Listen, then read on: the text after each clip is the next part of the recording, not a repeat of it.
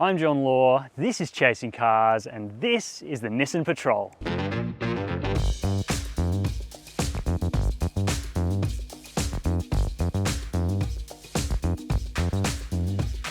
Now, it might be a bit of a dinosaur, but this massive machine is actually quite endearing, and it's a car that you sort of can get your hands on. There is a little bit of stock in Australia, unlike its main rival, the Toyota LC300 series. So today, we're gonna check this car out, we're gonna check out how it looks inside, how it's aging, and then take it out for a spin, both on and off-road, and figure out if this $100,000 four-wheel drive is a good choice if you can't get your hands on a Toyota Land Cruiser.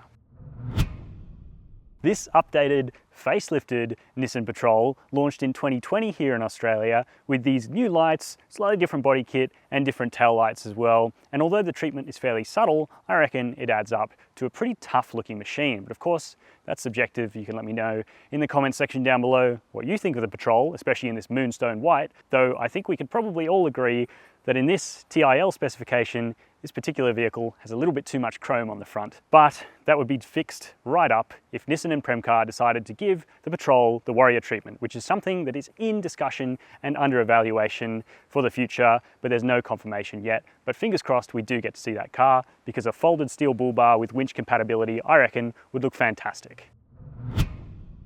Of all the highlights of the Nissan Patrol, the front cabin is certainly not one of them. It just feels old in here. It's like I got into a car in a dealership in 2011. Every piece of switchgear feels dated. It's just not very special feeling for your $100,000.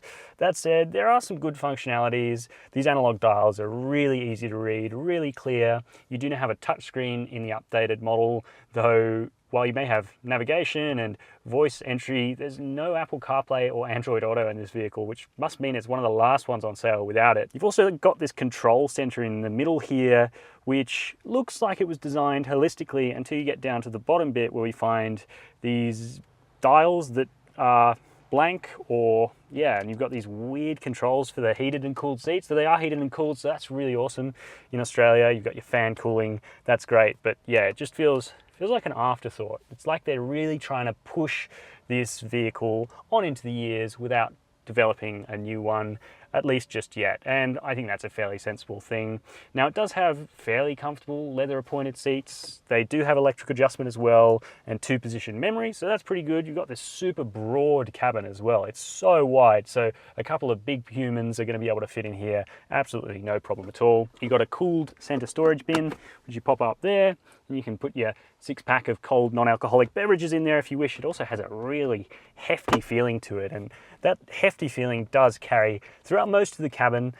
Everything feels pretty well screwed together. You've got these 3 sturdy grab handles as well, so you can hold on no matter what your angle of attack is. And then practicality as well is not too bad. Good door bins, and then under this absolute sea of, in my opinion, disgusting wood grain, which I've had to drive around with this open so I don't just get bombarded by it. You do have 2 cup holders here, and also a neat little piccolo holder and 12-volt power outlet. And finally, you've got this extra cubby here, which I presume would be used for a ashtray in other markets, but we don't have that here in Australia. So that's the Nissan Patrol's interior. And I must say, before we finish up, we do have a Bose stereo in this vehicle, and that does a pretty good job of rendering tunes. Now, if the front seat is, I guess, what you might call analog realness, then the rear seat of this Patrol is simply spacious. I mean, look at how much I've got behind my own driving position. Heaps of knee room, decent amount of headroom despite the sunroof in the front seat.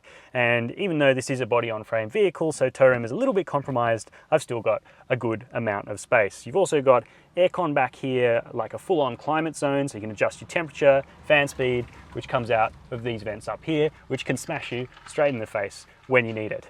But just like the front seat, there are some things that just feel super old school in this Patrol. The wood makes it back here, and you also get this ruffling of the leather that looks like it's almost a conscious decision, but if it is a conscious decision, then the person who made it should probably not work for a design firm anymore.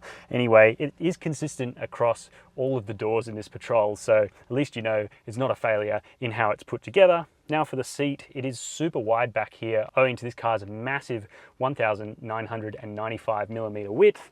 So plenty of space on the 2 outboard seats, and yet the middle seat sits rather high up, and this flip down armrest with its 2 cup holders kind of intrudes on your back space when you're sitting in the middle seat. So it is kind of a car best reserved for 4 or 6 in the 3rd row. And then finally, to top it all off, we've got these screens in the back of the headrests, which you can play your DVD through. You can plug an HDMI port in there as well, so you can play F1 2021 while you're sitting in the back seat of your Nissan Patrol on a rather long road trip. Now, for getting into the 3rd row, it's actually quite clever with this Nissan Patrol, aside from these chintzy flexi side steps, because pull this one lever, slide it up out of the way, and then this nice wide opening swings open, and I can hop in the back here. You can see that the 3rd row of the Patrol is actually really rather compromised. Like, I can sit back here and it'll be fine for smaller humans or children, but there's not that much legroom owing to the lack of sliding middle row, so you can't slide these seats forward to compromise their comfort for your comfort. So yeah, definitely best reserved for small people despite the size of the Patrol. So yeah, not the most practical vehicle in the world, and certainly not in this class either. All that said though, at least I do have 2 cup holders and these air vents back here, so I will at least be hydrated and of a nice temperature despite the fact I'm being squished. Now, just in case you forgot, Nissan kindly reminds us that we are driving a Patrol back here. And again, like the front, the rear end has some real road presence with all this chrome and rather snazzy LED tail lights. But I will point out that the chrome is high gloss here and then not so high gloss chrome plastic here. I don't know why, but that is the way it is. Anyway, unlike a similarly priced Land Cruiser 300 series, this Patrol does have a power tailgate, though it is very slow to operate and there's not that much clearance underneath for someone of my stature, but again, it's the same in the Land Cruiser. And when we open this boot up, we find a very generous space here. There's plenty of space. You could fold the front seats down and easily carry a bike or put all the gear that you need for a little holiday away back here with 5 seats in action. However, the boot isn't perfect. In fact, it's quite far from perfect. As you might be able to see, these 3rd row seats actually kick up towards the front of the car when you've got them installed, and to uninstall them you have to use like proper tools. They're not just like a quick release pull-out thing. So yeah, you've got to kind of commit to that, which isn't ideal, but at least the boot is quite well finished, save for underneath the flaps of these seats, where if you had a kid who put their hand in there and then you folded the seats, it would be a really nasty day. So yeah, not the greatest family car perhaps, but anyway, as I said, pretty well finished. You do have your 12-volt socket, plenty of tie-down hooks back here as well, and you've got a full-sized alloy spare wheel under the floor of the Patrol. That little chrome V8 badge certainly gives away that this Nissan Patrol is going to be an expensive car to run, and that's certainly been the case during our testing, though in some ways it's better than expected.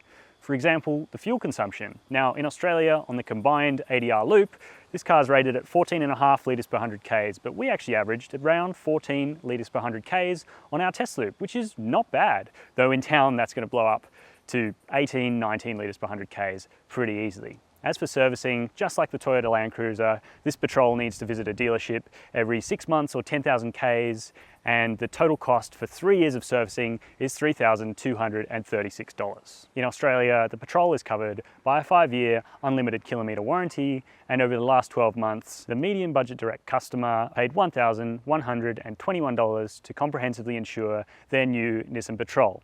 Now, your premium will vary based on things that insurers take into account, such as where you live, your driving history, and whether or not the car is garaged. Now, before we even set off in the Nissan Patrol, things are a little bit interesting because you've got to press on that foot-operated parking brake to get it off. And that just feels a little bit old. And that, again, is kind of the whole thing about this Patrol. It's definitely aged. Everything about it is old. Somewhat endearing, though, I must say. There are some definitely good aspects about this car, including the engine that is under the bonnet, mounted rather high, I might add. It's a 5.6 litre petrol V8, and it's the only engine you can get this vehicle with here in Australia, and it's actually pretty glorious. It's got 298 kilowatts of power and 560 newton meters of torque, and it's hooked up to a 7-speed torque converter automatic gearbox, and I can be honest, although it sips down fuel at a rate of knots, it does sound pretty good. It sounds horn when you rev it hard, and that's cool. And I think that's why this car is so popular where petrol is cheap. Places like the Middle East, for example, are going to love this thing because you can just bang it off limiter and petrol's cheap. But petrol's getting expensive here in Australia. For 98, it's kind of about $2 at the moment at the time of filming, and 95's $1.85 or so, and that means this car's 140 litre tank is going to be very expensive to fuel, over $200 from empty. At least the roving range is pretty good. I'll cycle through this awkward TFT screen using this button here. We've got about a quarter of a tank, and it's saying we're going to be able to go 227 kilometers. So you do get a long way on your 140 litres of petrol, but yeah, it's still 140 litres of petrol, and that's pretty old school. What else is old school? Well, the steering feel is super light. It almost feels like an old worm and roller steering box. You've got this sort of vagueness straight ahead, and then even when you tip in and go at a bit of speed, the slow ratio of it, it doesn't weight up at all. And yeah, it can sort of erode confidence, that as well, at least in my book. It doesn't weight up when you turn it into a corner. And so instead of driving the Patrol on road on real feel, close to the limit, you sort of have to trust it and feel the chassis moving underneath you. And when you get it right, the Patrol is actually really talented. As Ponch said in his review, this thing can actually embarrass other drivers on the road when you get it right. You get the weight settled on the outside front and let the rear sort of point you into the corner a little bit, all done while being very gentle on the throttle, because as soon as you pick up that throttle too much, the front end rears up and you get a bucket load of understeer. Honestly though, the Patrol's not all about driving on road. Of course, you will be going on a lot of tarmac when you're doing stuff like, you know, Australia-wide touring in this thing, or towing a caravan, or, you know, towing a trailer or a race car, or what have you. You're going to be doing a lot of bitumen, but you're also probably going to be doing a bit of dirt road action. And that's where this car is really rather good. And it's kind of what it feels like it was designed to do. Yes, you can take it and do some technical off-roading as well, but honestly, high-speed dirt roads is where this car feels at home. Because on sort of small stutter bumps, on the road like we are now, it does have a little bit of judder to the chassis, owing to it being a body-on-frame construction vehicle. But when you hit those big compressions, like water bars or, you know, real heavy-duty bumps, the control that the Patrol has is really impressive. And so it's kind of, yeah, it's an interesting one, because at the limit, the Patrol is actually really good, but it doesn't encourage you to go there at all on dirt or really on tarmac that much. It kind of encourages a relaxed and more mature approach to going around a corner than, you know, what you might be used to, I think at least. And the ride quality has this sort of marshmallowy softness to it, and it feels kind of like you're being lulled to bed in a big warm cot, especially if you have the heated seats on. Yeah, it's a relaxing car to drive, and it's a car that makes you want to drive lazily. You know, take both lanes of the road or whatever. It's not pay attention to the speedo. It's a very relaxed, big, brutish vehicle, this thing. And you know, there's a charm to that. There certainly is a charm to that, but it doesn't have the Land Cruiser's KDSS, that crispness you get from the Toyota competitor to this vehicle when you're going around corners.